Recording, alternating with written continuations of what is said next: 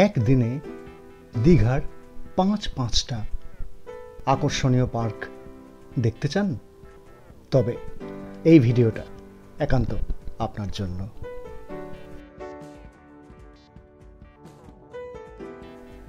এই ভিডিওয়ে যেমন প্ল্যান বলা হচ্ছে সেই মাফিক চললে কিন্তু আপনি একদিনেই 5টাই পার্ক দেখে নিতে পারবেন।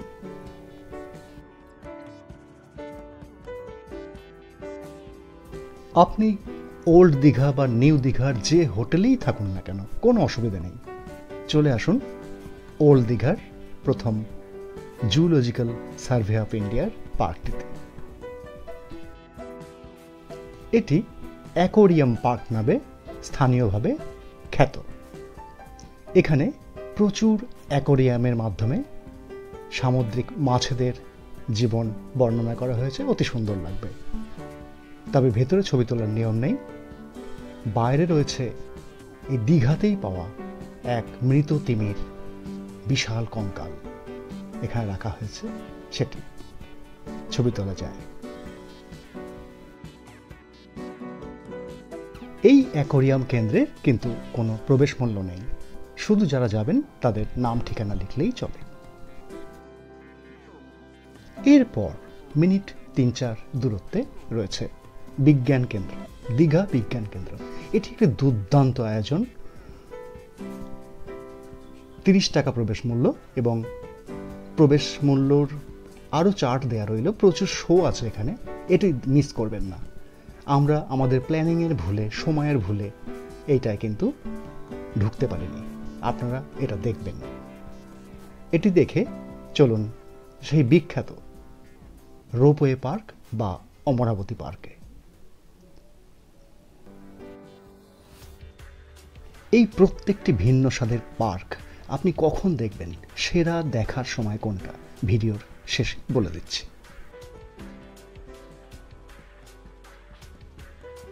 এই রোপওয়ে পার্কে প্রবেশ মূল্য পার হেড 10 টাকা এবং রোপওয়ের মূল্য বড়দের মানে 12 বছরের ওপরে বয়স হলে 80 টাকা এবং 12 বছরের 3 থেকে 12 এই বয়সের 46 টাকা।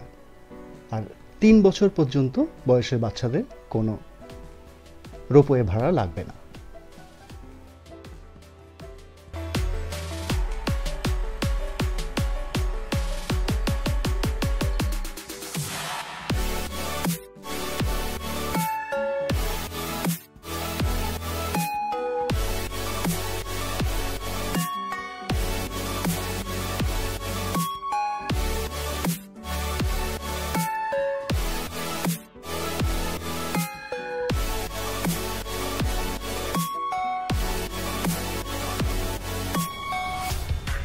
রোপওয়ে থেকে নিচের লেকটিকে অসাধারণ লাগে, সেখানে বোটিং চলছে, দেখুন সেই দৃশ্য।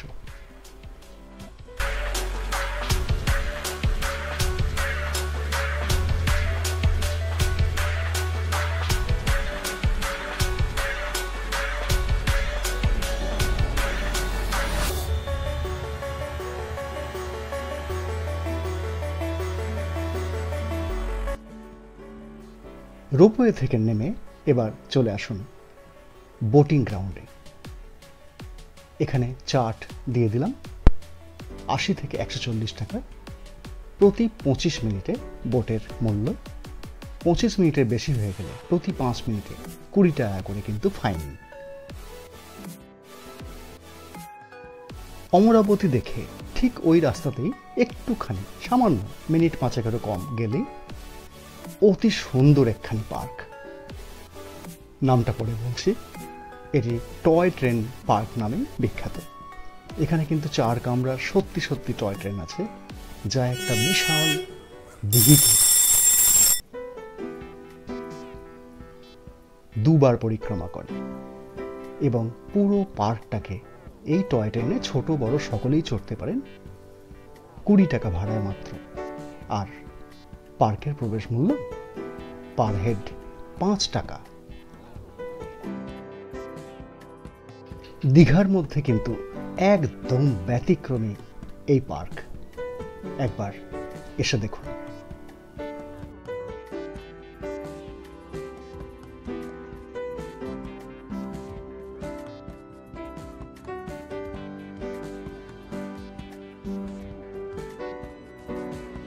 এই পার্কের মধ্যাঞ্চলে যে বিশাল দিঘিটা রয়েছে, এর নাম কি অসাধারণ, কাজল দিঘি। আর স্টেশনটার নামও কিন্তু কাজল দিঘি। খুব সুন্দর, তাই না?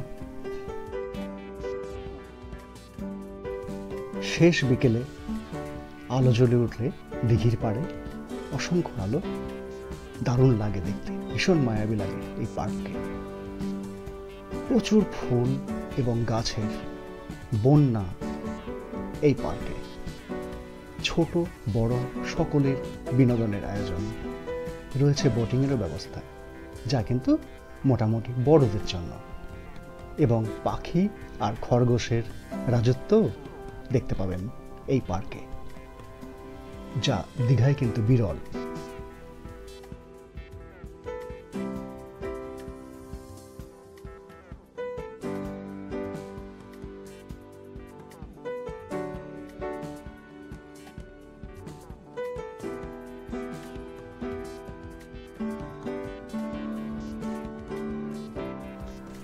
বিকেল 4:30 থেকে 5:30 বা 4টে থেকে 5টা, 5টা থেকে 6টা, অর্থাৎ অমরাবতী এবং কাজল দিঘি এই দুটি পার্কের জন্য বরাদ্দ রাখুন। শীতকালে কিন্তু 1 ঘন্টা পিছিয়ে রাখবেন। সন্ধ্যের মুখে মুখে এই পার্কে আলো জ্বলে উঠলে এবার বেরিয়ে পড়ুন সামান্য দূরত্বে নিউ দীঘা সি বিচ।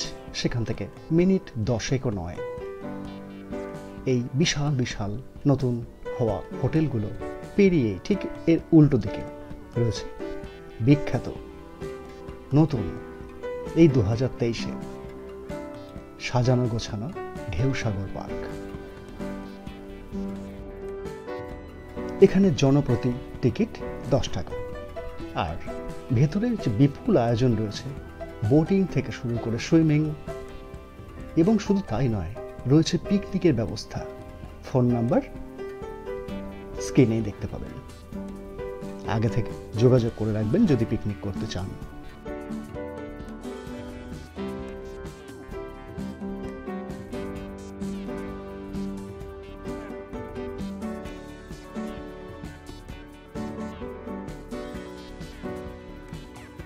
এই ঢেউসাগর পার্ক দেখতে অবশ্যই সন্ধ্যের পরে আসুন। রাত 10টা পর্যন্ত খোলা থাকে, সকাল 10টা থেকে। কারণ এখানে আলোর বন্যা, আলো দিয়ে সাজানো পুরো পার্কটা। রয়েছে টয় ট্রেন এবং ওই যে সাইকেল করছে বাচ্চারা, এই সমস্ত 10 টাকা ভাড়া পার হেড, অতি কম। কিন্তু এই পার্কে প্রচুর লাইন পড়ে কিন্তু টিকিটের। অন্তত ঘন্টা খানেক, ঘন্টা 2-1 সময় হাতে নিয়ে আসবেন সিজনে। এই বোর্ডটি দেখছেন, এখানে সব বলা হয়েছে কি কি আছে এখানে, সুতরাং এটা স্ক্রিনশট করে রেখে দিতে পারেন।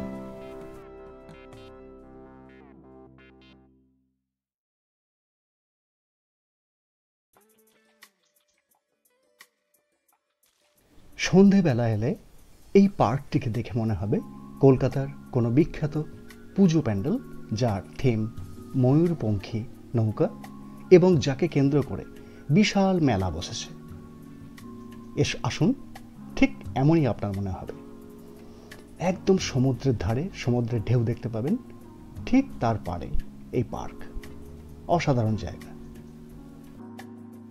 টয়লেট থেকে রেস্টুরেন্ট, এখানকার স্থানীয় জিনিসপত্র কেনাকাটি থেকে নানান সামুদ্রিক উপকরণ এখানে ব্যবস্থা আছে।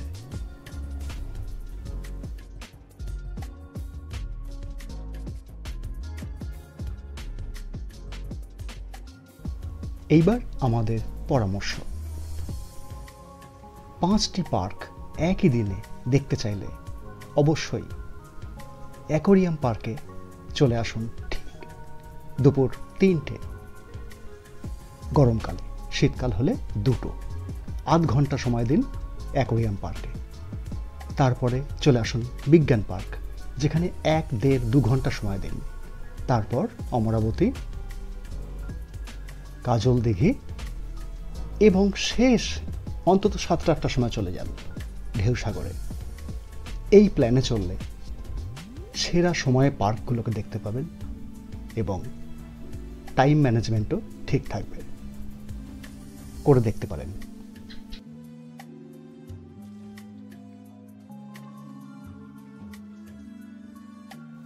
আর বাসে করে যারা নিজের এলাকা থেকে দীঘায় আসেন তাদের জন্য কিন্তু আদর্শ ঢেউসাগর পার্ক।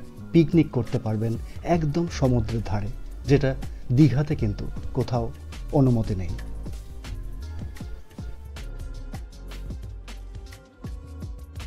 এবার আপনার পছন্দ অনুযায়ী, সময় অনুযায়ী পার্কগুলি দেখে নিন।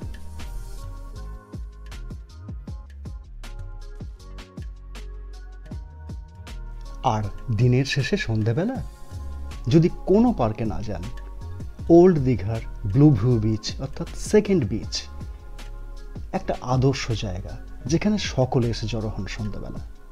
সুতরাং চিন্তা কি?